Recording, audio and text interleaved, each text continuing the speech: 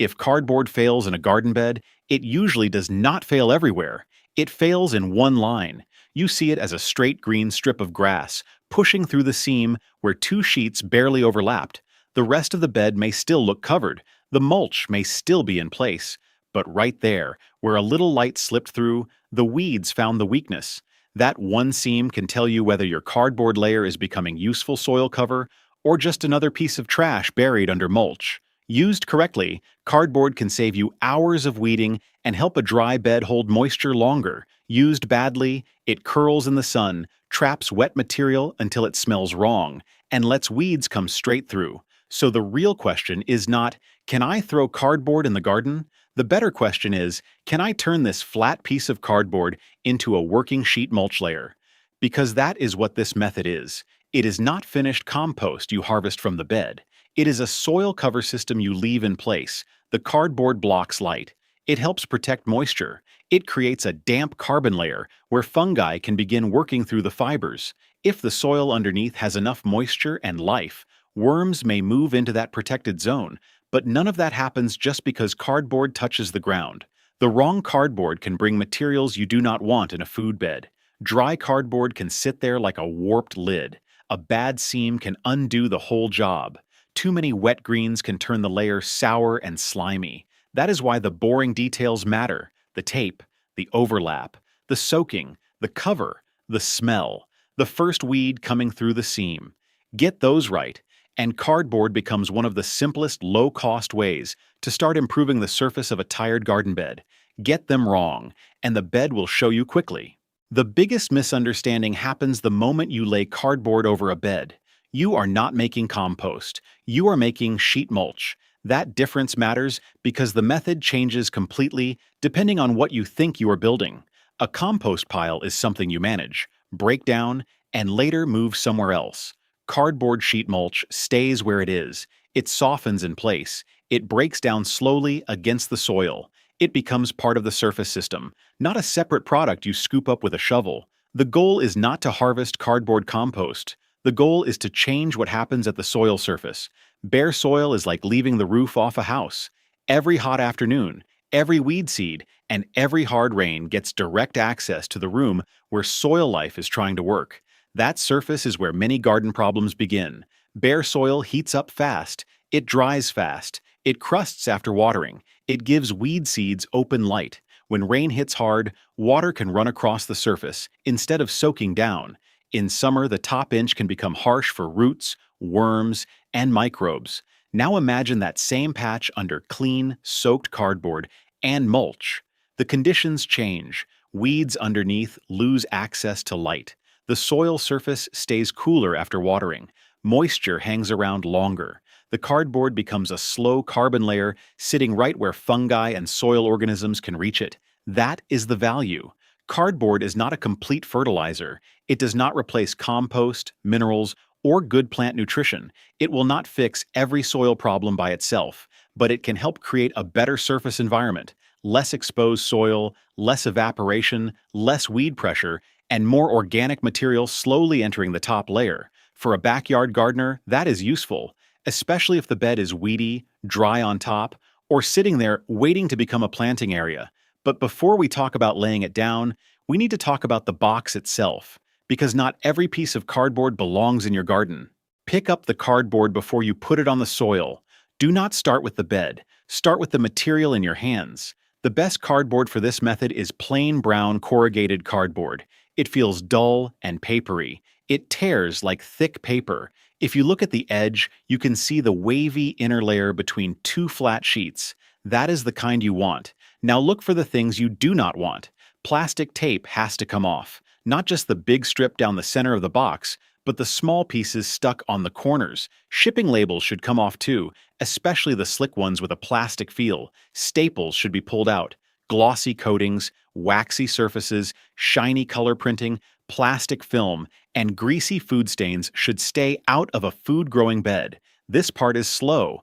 It is also the part that makes the method trustworthy. A garden bed is not a dump.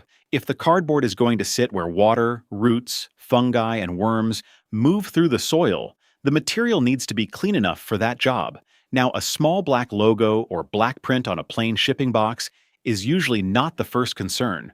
On many plain shipping boxes, black ink is commonly soy-based or carbon-based. The bigger risk is not the little black mark on a brown box. The bigger risk is glossy color printing, waxy coatings, plastic labels, tape, laminated surfaces, and greasy food stains. So do not panic over every black letter, but do pay attention to how the cardboard feels. If it feels papery, dull, and absorbent, it may be usable after the tape and labels are removed. If it feels slick, shiny, coated, waxy, oily, or plastic-like, keep it out of a food bed. A good rule is simple. If it behaves like paper, consider it. If it behaves like plastic, wax, foil, or grease, skip it.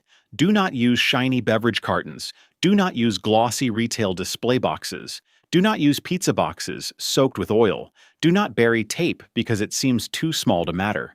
That little strip of tape may still be there later, tangled in roots or pulled up when you rake the bed. Once the cardboard is clean, tear or cut it into pieces that fit your space. Bigger sheets are useful because they create fewer seams, but smaller pieces can work if you overlap them well. For a first test, do not cover the whole garden. Use a small patch. A 3 by 3 foot area is enough to learn from. You can see whether the weeds weaken, whether the cardboard stays damp, whether slugs become a problem, and whether the soil underneath starts to feel different. Now the material is ready. The next mistake is laying it down dry and expecting biology to do the rest. If you lay that clean cardboard down completely dry, you have only covered the bed. You have not connected the cardboard to the soil yet. Dry cardboard behaves like a lid. It sits above the soil. The edges lift like a warped shingle. Water can run off the surface. Air pockets stay underneath. In that condition, cardboard may shade the ground, but it is not yet working as a living soil layer. Soaked cardboard behaves differently. A dry cardboard sheet is a lid. A soaked cardboard sheet is more like a bandage pressed against the soil. When it has taken in enough water, it darkens, it bends, it becomes heavy, it sags into the bumps and low spots of the bed. The underside presses against the soil instead of floating above it. That contact is the beginning of the system. The first job is light blocking. Weeds need light to keep feeding themselves. When cardboard shuts that light off, many annual weeds begin to yellow and weaken. Small weeds may collapse quickly. Tough perennial weeds are harder. Bermuda grass, bindweed, quackgrass, and other running weeds may push sideways or find seams. That is why overlap matters. The second job is moisture protection. Bare soil loses water fast. Covered soil loses it more slowly. A soaked cardboard layer under mulch can help keep the soil surface cooler and damp for longer. That does not make the bed drought-proof. It simply gives roots and soil organisms a less stressful surface zone. The third job is slow decomposition. Cardboard is carbon-rich paper fiber. In a damp place with oxygen, fungi and bacteria can begin working on those fibers. If you lift a corner after a few weeks, you may see thin white threads clinging to the underside, almost like spider silk stretched across wet paper. That is often a sign that fungi are beginning to colonize the layer. Worms may come later. Cardboard does not magically create worms. Worms need moisture, moderate temperature, oxygen, and soil they can move through. But when those conditions are present, the underside of wet cardboard can become a protected zone. You may see small dark castings, loose crumbs, or tiny channels where the cardboard meets the soil. This is why cardboard works best on the surface. If you bury thick chunks deep into the soil, you can create dry pockets or tie up nitrogen while microbes work on all that carbon. On the surface, cardboard does a more useful job. It changes the surface conditions without forcing the whole bed to be dug up. The placement is the method. Clean cardboard, wet contact, good overlap, covered surface. Miss one of those and the bed starts to fail. Start with the area you want to change. It can be a weedy patch, a tired bed, a future planting strip, or the open space between established plants. If the weeds are tall, cut them low or stomp them down. You do not need to flip the soil over for this method. The goal is to cover the surface and let the layer work from above. Lay the cleaned cardboard directly over the area. Do not place the sheets edge to edge like floor tiles. That is how weeds find light. Overlap the edges generously. 6 to 8 inches is a good practical guide for normal weeds. If the area has aggressive running grass, use wider overlap and keep checking the edges. Think of the seam as the weakest part of the bed. If the center of a cardboard sheet is the shield, the seam is the door. Do not leave the door cracked open. After the cardboard is down, soak it. Use enough water that the sheets darken and soften. The cardboard should feel limp, not stiff. If you press it with your hand, it should settle against the soil instead of springing back. This step matters because dry cardboard can curl, lift, and shed water. Once it is soaked, cover it. Use shredded leaves, straw, wood chips, dry leaves, aged compost, or another loose mulch. The cover protects the cardboard from sun and wind. It also helps the bed look like a garden instead of a pile of boxes. If you want to add green material, keep it thin. Fresh grass clippings, coffee grounds, or small amounts of kitchen scraps can add nitrogen to the layer, but they can also create problems. A thick mat of wet grass clippings can flatten into a slick green pancake. Air disappears. The smell changes. Instead of earthy or woody, it becomes swampy. That is your warning.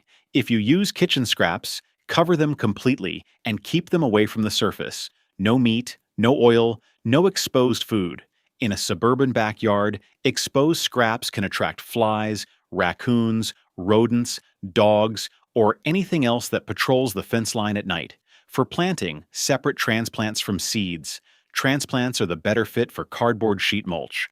Cut an opening through the cardboard, fold the flaps back, dig into the soil below, and plant into real soil. Then bring the cardboard and mulch back around the plant, but leave space around the stem. Do not pack wet mulch against the stem collar. That little ring of air matters. Wet organic material pressed against a tender stem can invite rot. Seeds need a different approach. Small seeds should not be expected to fight through cardboard. If you want to direct sow lettuce, carrots, beans, or flowers, create an open strip of soil or finished compost. Let the cardboard cover the spaces around the planting strip, not the place where tiny seedlings need to emerge. That sounds like a lot of details, but the setup is easier to remember when you picture the finished layer. Clean material underneath, full contact with the soil, and no open seams for weeds to use. That is the version worth testing. But even when the setup looks right, this layer can still go sideways. When it does, the problem usually shows up in a few very visible ways. Start with the seam. The clearest sign is a straight line of weeds. If weeds appear along the edges where the cardboard pieces meet, the overlap was not enough. Patch it early. Pull the mulch back. Slide a fresh piece of wet cardboard over the gap, and cover it again. Do not wait until the weed has rebuilt its strength. Dry edges are part of the same family of problems. If the cardboard edge curls upward, pale and stiff, the layer is no longer in good contact with the soil. Add water, add more cover, weigh the edge with mulch, compost, or a few small stones if wind is lifting it.